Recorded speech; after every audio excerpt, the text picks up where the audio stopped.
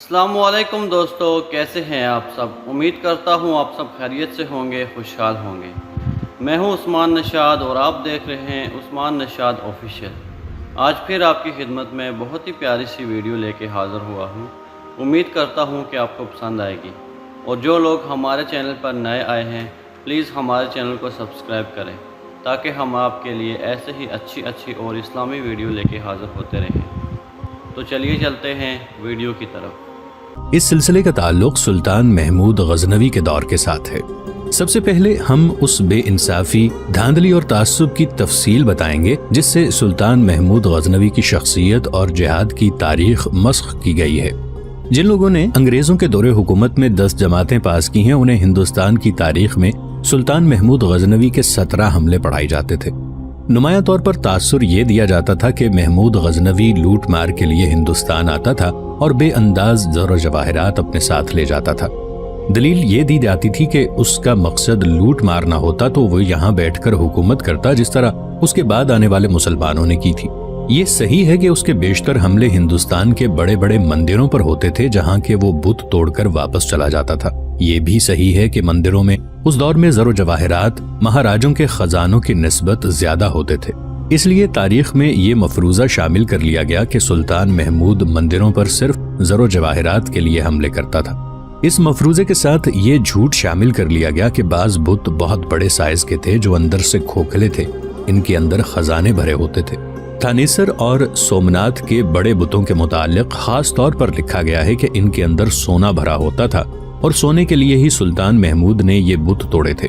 غیر جانبدار اور غیر متعصب مورخوں نے جن کا تعلق یورپ سے تھا اصل حقیقت بیان کی ہے۔ انہوں نے لکھا ہے کہ تمام بت ٹھوس تھے، ان میں سے جو زیادہ اہم اور مقدس تھے وہ بھی مٹی کے بنے ہوئے تھے اور ان پر کانسی چڑھائی گئی تھی۔ تھانیسر کے بت کو سلطان اپنے ساتھ غزنی لے گیا اور اسے توڑ کر اس کے ٹکڑے ٹکڑے گھوڑ دوڑ کے میدان میں پھینک دیے تھے۔ سومناتھ کے بت کے متعلق غیر متعصب مورخوں نے لکھا ہے کہ سلطان نے اس کے 2 ٹکڑے کیے، پھر 2 کے 4، 4 کے 8، 8 کے 16 اور 16 کے 32 ٹکڑے کر کے انہیں باہر پھینکا اور ان پر سے اپنی فوج گزار دی تھی۔ ناظرین، انگریزوں کے دور حکومت میں نصابی کتابیں ہندو مصنفوں کی لکھی ہوئی ہوتی تھی۔ انگریزوں کا محکمہ تعلیم ان کتابوں کو منظور کر لیا کرتا تھا کیونکہ خود انگریز کی دلچسپی اس میں تھی کہ مسلمانوں کی تاریخ کو مسخ کیا جائے۔ انگریزوں نے خود بھی ہماری تاریخ کا چہرہ مسخ کیا۔ سید احمد شہید رحمت اللہ علیہ کو ڈاکو کہا اور 1857 کی جنگ آزادی کو ہندوستانی سپاہیوں کا غدر کہا۔ کلکتہ کا بلیک ہول انگریزوں کی من گھڑت اور بے سروپا قصہ ہے۔ انگریزوں نے اپنے اس خدشے کو چھپا کر بھی نہیں رکھا کہ ہندوستان میں حکومت برطانیہ کے لیے اگر کوئی قوم خطرہ بن سکتی ہے تو وہ مسلمان ہیں۔ انگریزوں کا یہ خدشہ صحیح ثابت ہوا۔ ہندو سلطان محمود غزنوی کو مرد مجاہد اور بت شکن کیوں کہتے؟ ہندو تاریخ دانوں نے اورنگزیب عالمگیر کے ساتھ بھی یہی سلوک کیا ہے۔ انہوں نے انگریزی حکومت سے یہ فائدہ اٹھایا کہ سلطان محمود کے جہاد کو گھناؤنے طریقے سے نصابی کتابوں میں شامل کیا۔ یہی کتابیں مسلمان بچے بھی پڑھتے رہے۔ سلطان محمود کی تاریخ کو 17 حملوں تک محدود رکھا گیا۔ پاکستان معرض وجود میں آیا تو بھی وہی نصاب رائج رہا اور سلطان محمود غزنوی کی 17 حملوں کی وجہ سے ہی پہچان بنائی گئی۔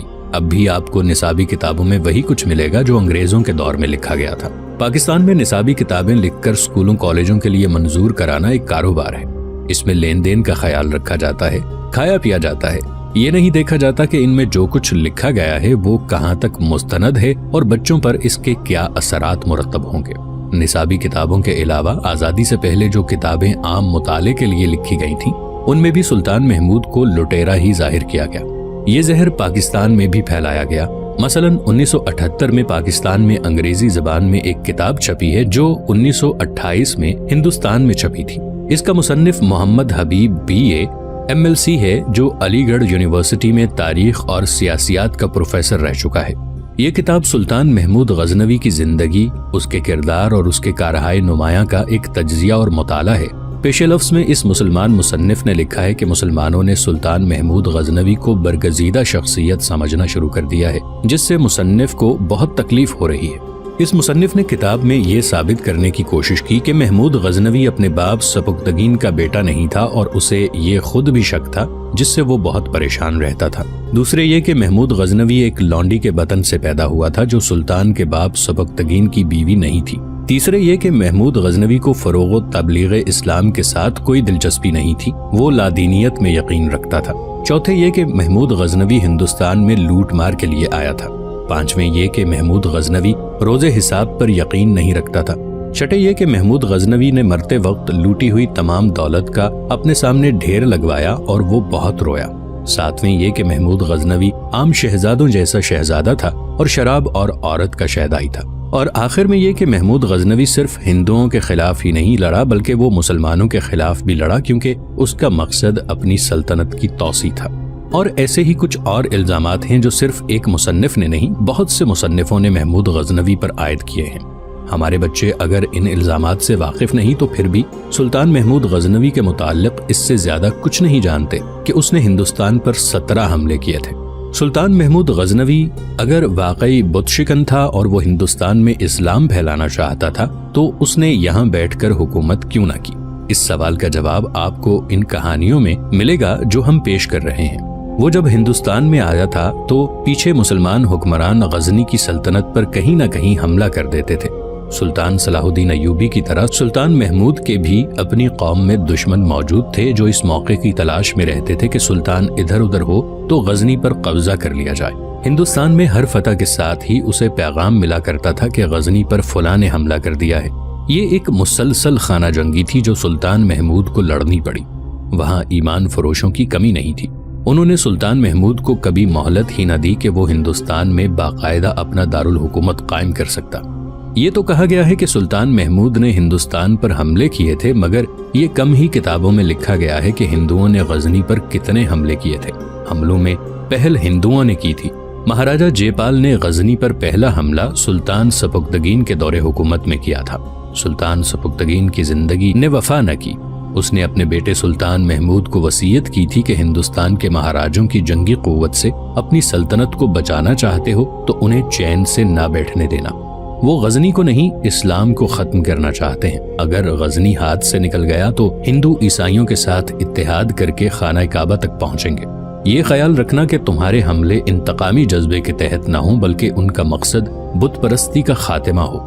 ہندوستان میں محمد بن قاسم کے وقت کے مسلمانوں کو زبردستی ہندو بنایا جا رہا ہے، تم ہندو مت کا خاتمہ کرو۔ البیرونی، فرشتہ، گردیزی، بیہقی اور ان جیسے کئی اور مورخوں نے متفقہ طور پر لکھا ہے کہ سلطان محمود غزنوی اولیاء کا معتقد تھا اور وہ اس وقت کے ایک ولی شیخ ابو الحسن خرقانی کا مرید تھا۔ اس وقت کی تحریروں سے پتہ چلتا ہے کہ سلطان شیخ خرقانی کے ہاں جایا کرتا تھا، لیکن اس نے کبھی بھی یہ ظاہر نہ ہونے دیا کہ وہ خود سلطان محمود ہے۔ وہ خرقانی کے ہاں اپنے آپ کو سلطان محمود کا قاصد یا ایلچی ظاہر کیا کرتا تھا۔ ایک روایت یہ بھی ہے کہ ایک بار شیخ ابو الحسن خرقانی نے اسے پہچان لیا اور کہا کہ مجھے یہ دیکھ کر خوشی ہوئی ہے کہ غزنی کا سلطان اپنا قاصد خود بن کر آتا ہے، یہ سچے مسلمان کی شان ہے۔ ناظرین، اس وقت کی تحریروں سے یہ بھی پتہ چلتا ہے کہ سلطان محمود قرآن کا طالب علم اور مذہبی علوم کا شیدائی تھا۔ ایک دو یورپی مورخین نے بھی لکھا ہے کہ میدان جنگ میں اس کی فوج ہمیشہ تھوڑی ہوتی تھی۔ اکثر یوں ہوا کہ وہ دشمن کے ہاتھوں اتنا بے بس ہو گیا کہ شکست صاف نظر آنے لگی۔ ایسے وقت اس نے ہر بار یوں کیا کہ گھوڑے سے کود کر اترا اور قبلہ رو ہو کر 2 رکعت نفل پڑھے، دعا مانگی اور گھوڑے پر سوار ہو کر بلند آواز سے اعلان کیا، مجھے خدا نے اشارہ دیا ہے، فتح ہماری ہے، اور ہر بار فتح اسی کی ہوئی۔ سلطان صلاح الدین ایوبی جہاں کہیں حملہ کرتا، جمعہ کے مبارک روز کیا کرتا اور وقت وہ مقرر کرتا جب مسجدوں میں جمعے کا خطبہ دیا جاتا۔ سلطان محمود غزنوی ہر حملے سے پہلے میدان جنگ میں 2 رکعت نفل پڑھا کرتا تھا۔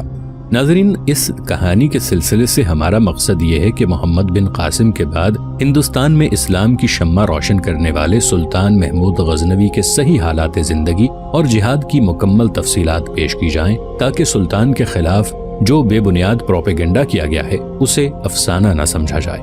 بعض قارئین نے سلطان محمود کی اس سلسلہ وار داستان کا موازنہ سلطان صلاح الدین ایوبی کی کہانیوں سے کیا اور دونوں میں سے ایک فرق کو محسوس کیا ہے۔ عزم اور عقیدے کے لحاظ سے دونوں سلطان ایک جیسے تھے۔